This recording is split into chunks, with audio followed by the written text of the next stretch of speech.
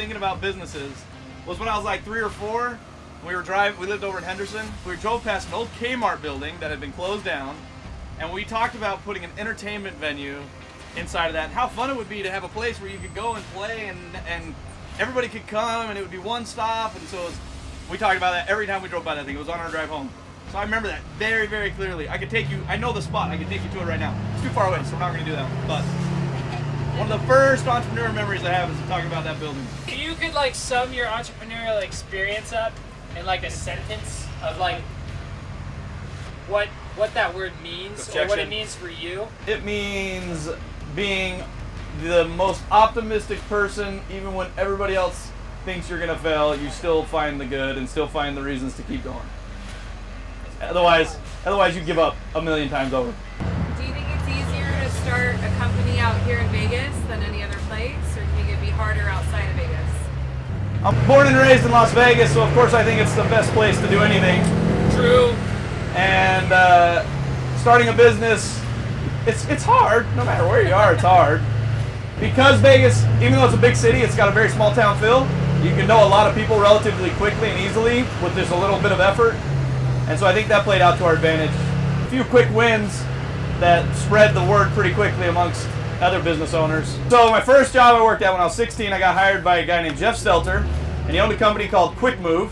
And when I was thinking about all these jobs that we were going to go to, I realized how many of the jobs I worked for were actually other entrepreneurs, very small businesses. So I'm sure every one of them in some way had an influence over what I was doing. Really learned the value of hard work there though. Second job was at a bike shop called Bike Trail. So I realized this dude wasn't tracking his inventory in his bike shop. It was just a small bike shop. We had maybe like 200 things in the whole shop, aside from bikes, but 200 little parts. But he wasn't tracking any inventory. And after I started working there, I was realizing when he wasn't there, half of his inventory was walking out the door without him knowing it, and he never had a way of tracking it. So at his company, I implemented his inventory system for him. I was like 17 or 18, and I got all of his products onto the inventory so that he would make more money.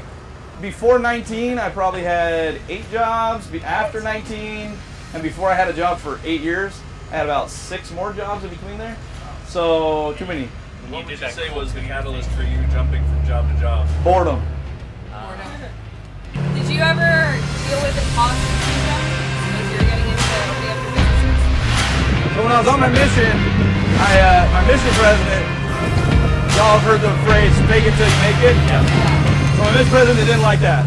Good. But what he said instead was, practice it till you make it.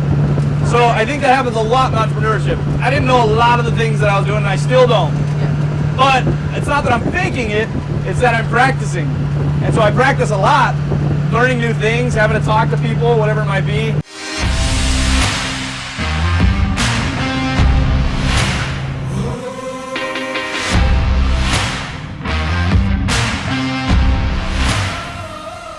His job in 2008 with everybody else. And then what does everybody do in the worst economic downturn of the United States? You open a business, right? So if you remember, one of the first stories I told you about being a little kid was about the Kmart that we drove by, and he would tell me about putting an entertainment center in it. And here we are. He's built his entertainment center. So my dad is a big reason as to why I'm an entrepreneur. And this is my dad.